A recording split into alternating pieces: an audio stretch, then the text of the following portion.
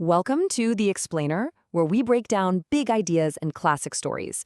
Today, we are diving into one of the most haunting tales ever written. And it all starts with this really bold, kind of contradictory statement from the author himself. Yeah, the story we're exploring today kicks off with this provocative preface from Oscar Wilde.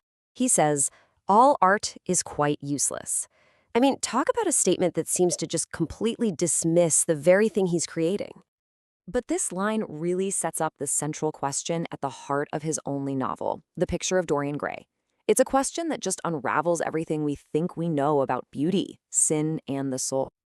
So let's set the scene. Our story begins in a London studio, one that's just filled with the rich odor of roses. And in this room, we have three men who are about to become tangled up forever, all because of a single stunning masterpiece.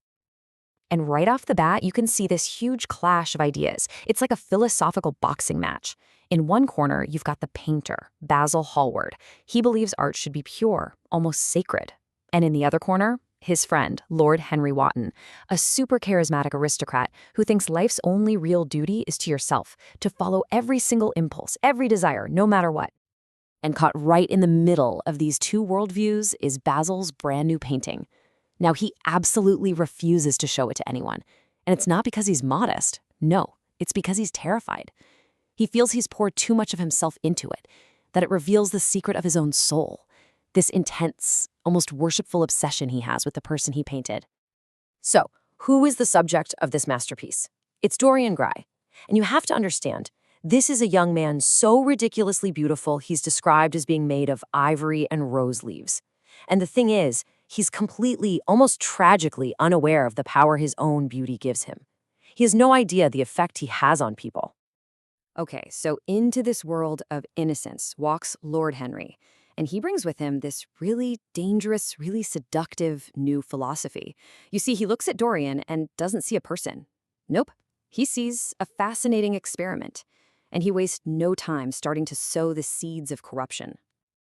Lordhenry starts his lesson with a classic paradox. He tells Dorian that to influence someone is immoral, that it's basically stealing their soul.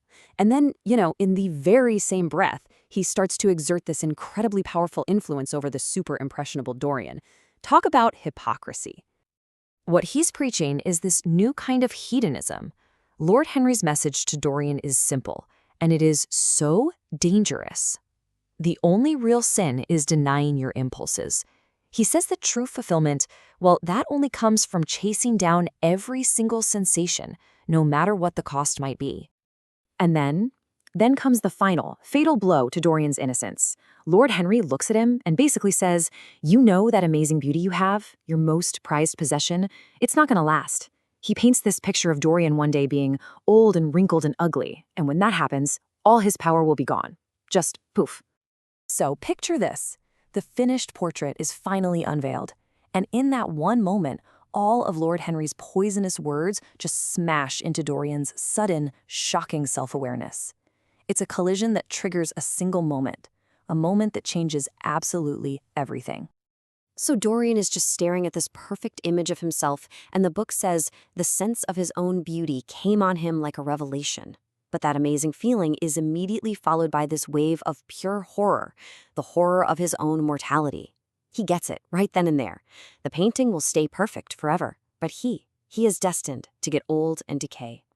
And in just a moment of sheer, unadulterated panic, he cries out this fateful wish. It's like a dark prayer. He literally offers up his soul to reverse his fate, to trade places with the painting.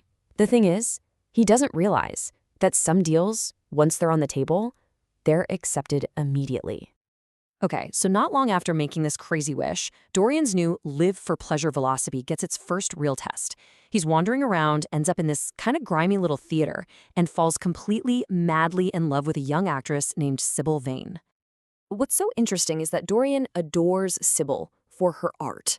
He loves that she's never the same person twice, right? She's Juliet one night, Rosalind the next. But for her, it's different. She falls head over heels for him, her Prince Charming, who she says has taught her what reality really is.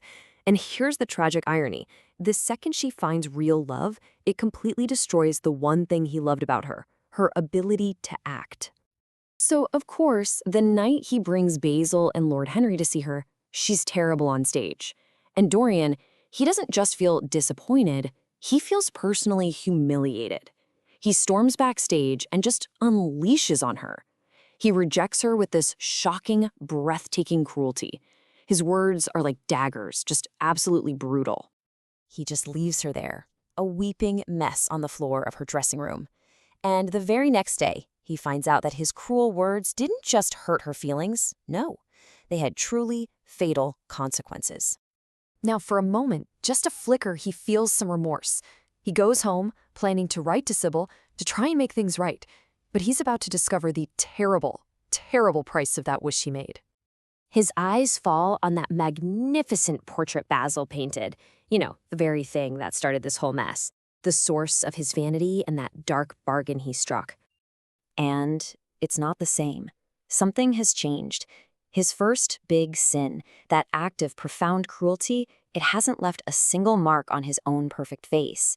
Instead, right there on the canvas, a subtle but totally unmistakable sneer has appeared on the painted lips. Dorian is horrified, but he's also fascinated. He realizes it actually happened. His wish came true. The painting has become a living, breathing record of his soul.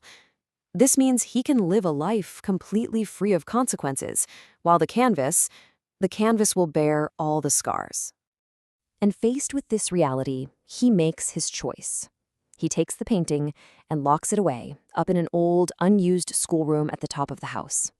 He chooses to keep his youth and beauty at any cost, committing to a life of pleasure and experimentation, while his portrait suffers all the corruption of his soul. And just like that, the stage is set for this terrifying double life. You have a man who will stay forever beautiful on the outside, and a painting hidden away that's going to grow more and more monstrous with every single sin he commits. Which, really, it leaves us with one last kind of chilling question for you to think about. What price would you be willing to pay for eternal youth?